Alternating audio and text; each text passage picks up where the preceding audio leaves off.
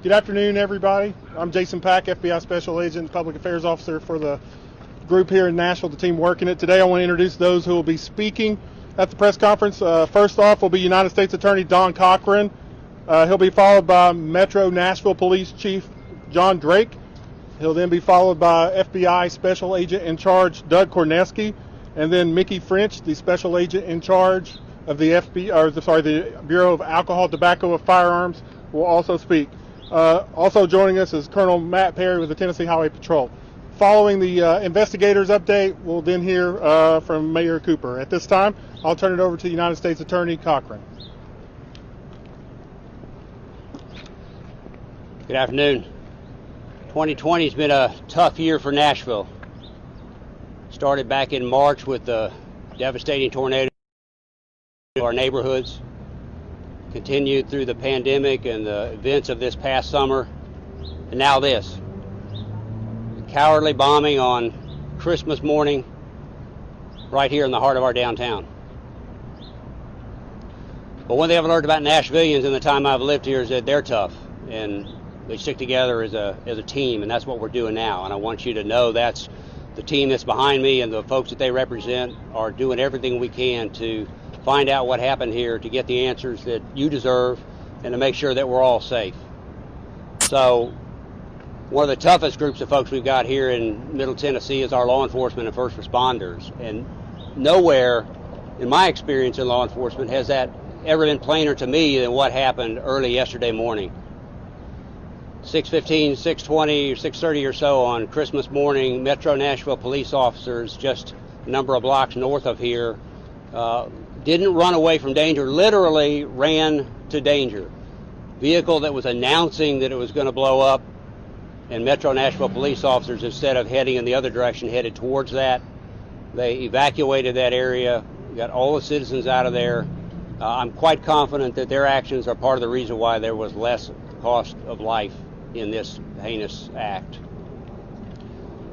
Starting yesterday morning, we had a task force came together. It isn't a one-time thing. This is what we do all the time. In the U.S. Attorney's Office, we work together with our federal partners, our state partners, and our local partners, and that's what immediately started happening yesterday. Teams of agents, grouped together across agencies, started handling leads that our citizens were calling in.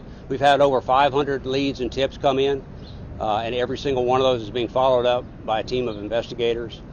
That's the stage we're at in this investigation. We are still continuing to follow every lead that we have, and we will continue to do so until we find out what's happened. We also have national resources here. The Department of Justice, the Acting Attorney General has told me any resources we need we can have. The FBI and the ATF have sent their most specialized bomb technicians here to Nashville, and as we speak, they are north of here a number of blocks at a massive crime scene, doing what they do. And doing, frankly, what they do better than anyone else in the world. And it's quite a challenge. Having been up there and seen that scene, it's like a giant jigsaw puzzle created by a bomb that throws pieces of evidence across multiple city blocks. And they've got to gather it, they've got to catalog it, they've got to put it back together and try to find out what the picture of that puzzle looks like. But there's no one better to do it than the folks we've got on the ground here in Nashville, Tennessee right now. So that's going on as we speak. The investigations of the leads is going on as we speak. I am confident in the team we have that we will get to the bottom of this, that we will find out the story of this individual or individuals, we don't know right now, but this ultimate Scrooge who on Christmas morning, instead of spreading joy and cheer, decided to spread devastation and destruction. But we know how that story ends here in Nashville. We're going to stand together. We're going to get back on our feet. We're going to get our businesses back up and running. We're going to get our infrastructure and the cell coverage back up and running, because that's what we do in Nashville. Thank you for your time. I appreciate it. Thank you, Attorney Cochran, and to everyone. Let me reiterate that Nashville is safe. We feel and know that we have no known threats at this time against our city. We've been in communication and feel pretty good about that. We've really ramped up our efforts with several hundred of our federal partners here from the FBI and the ATF, as well as state, local, which is the TBI and the Tennessee Highway Patrol and others. We're totally thankful for their efforts. To our business owners downtown, know that the federal government is conducting this investigation, and as they go through the crime scene, they'll try to reduce that as quickly as possible to where we can try to get you back in your businesses as soon as possible. But we ask that you be patient. There's about 40 buildings that's been impacted, and so those buildings will have to be cleared through our codes. If you have any information pertaining to this, please contact 615-74-CRIME or fbi.gov/Nashville. Thank you.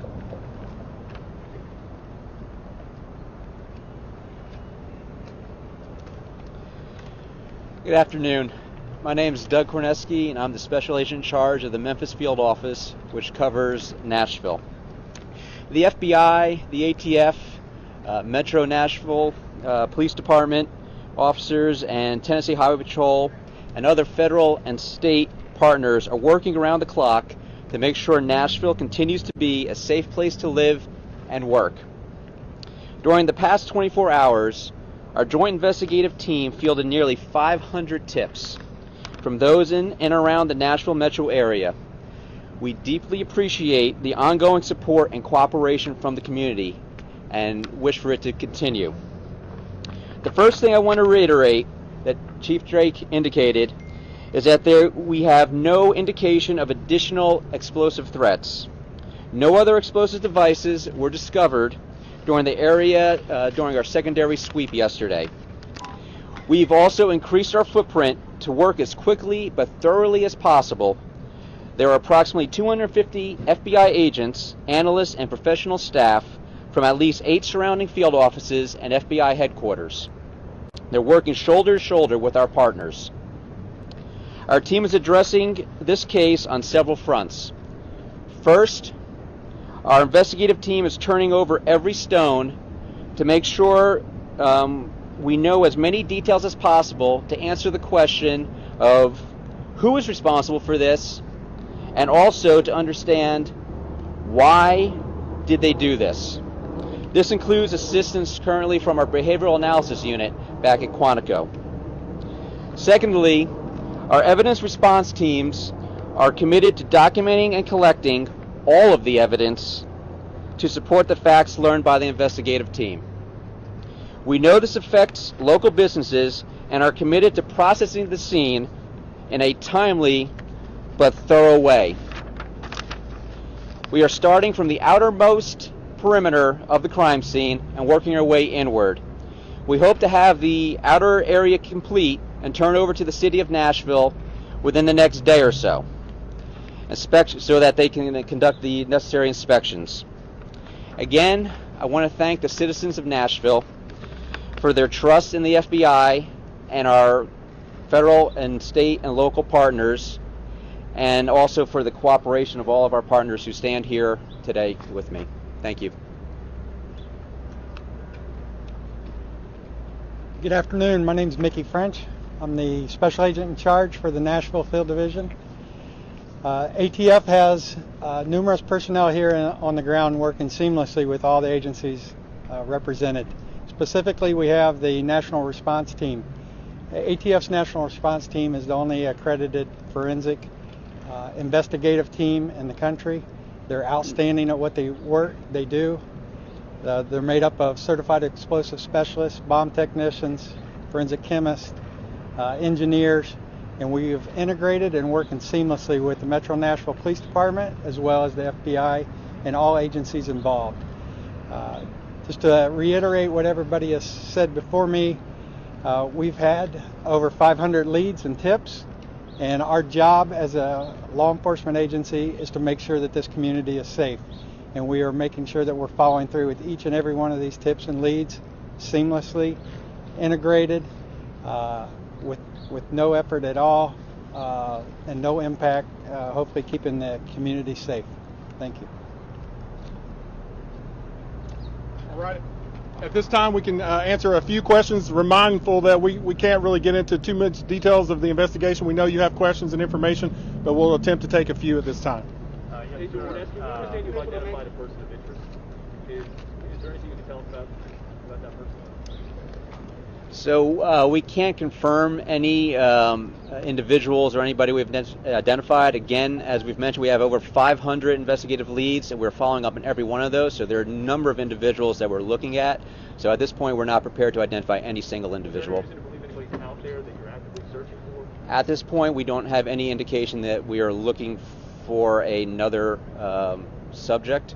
But again, there's 500 leads we're running through, so there's all kinds of individuals we're looking for. The tissue was found at that scene. Has there been any identification placed on the tissue so far? That is something we're vigorously working on right now. Do you So believe it may be tied to the person responsible?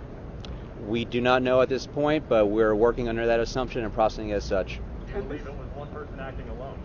We do not know that. We're following up every investigative lead, although we do believe there are currently no active threats. This seems so absolutely random, out of nowhere, that an RV would have an announcement warning of an explosion and then it would happen.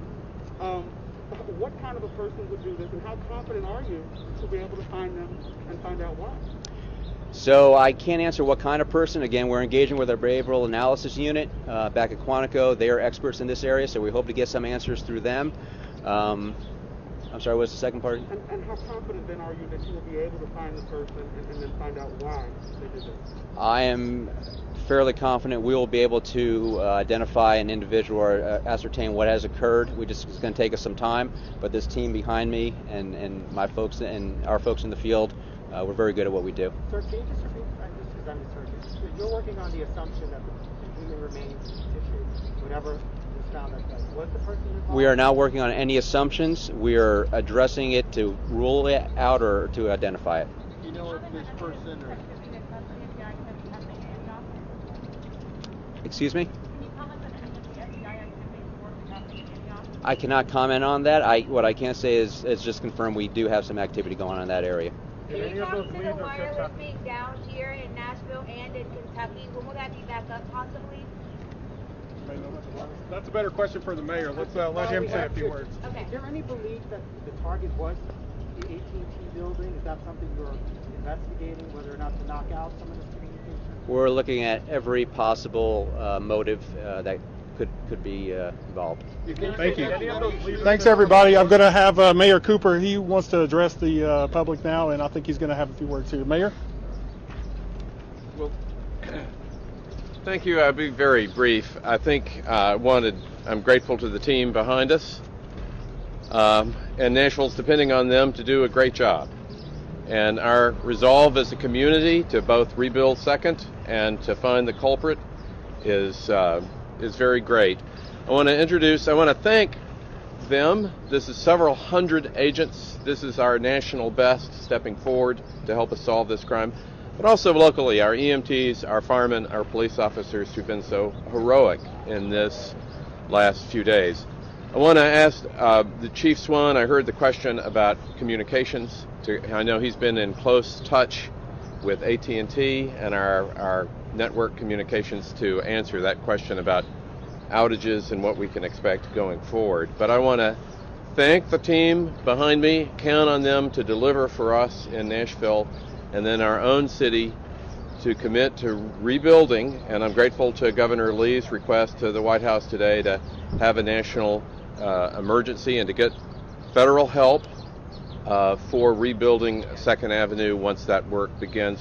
One other thing is we still have a curfew in Nashville and will until tomorrow afternoon. This is an active crime scene. I would encourage people not to come to downtown Nashville until that curfew is lifted and let the FBI and our federal partners do that work. But with that, let me introduce Swan to talk about communications. Good afternoon. Again, not to reiterate, but I think it's important to just note our role right now in the city is to make sure that we are working closely with our partners law enforcement partners to ensure that anything that they need logistic-wise, we'll provide it for them. And as far as the telecommunication partners, we're working closely with them, AT&T, to ensure that we can get communication established back safely. They're here to work 24 hours. It is a big operation with the building itself, where we're trying to at least get the generators back in order so that the mobile phones will be back into operation, and then we're hoping within the next day, or if we're fortunate, it may take 1 or 2 days to get everything back online. But they're here to work with us, and we're hopeful that we'll get that back established. One thing to remember, I know Chief Drake had mentioned that even though we had this incident took place, the city still has to go on. We still have to make sure that all emergencies are met. The city is safe as far as doing our regular duties, so that's why we're happy that we do have our federal partners here. So again, we thank everybody and ask for the partners, actually the patients of Nashville.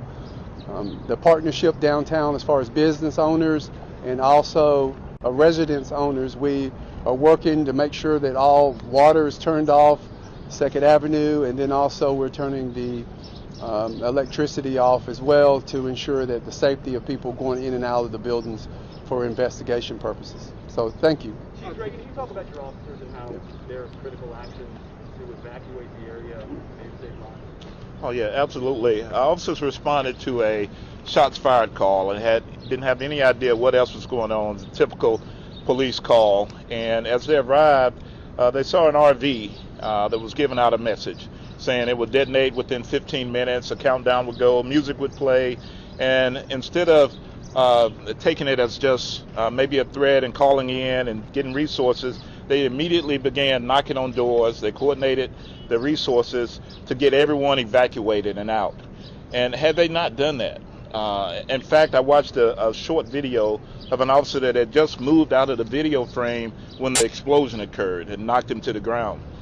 So had they not done that, we'd be talking about people as well with the destruction that we have. So they're just heroic efforts in saving lives. Was the plan literally just spread out, cover as much ground, knock on as many doors as you can? As quick as you can, get as many people out as quickly as we could, safely, and get them to somewhere safe, and then provide them with services so they're not displaced. Have you had a chance to talk with them personally?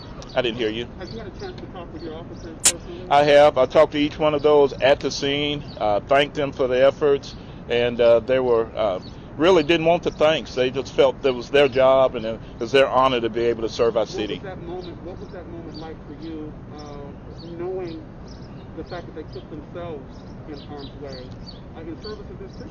It's a proud moment when we have our law enforcement professionals that are selfless like that, and they're not concerned about their own safety, but the safety of our city.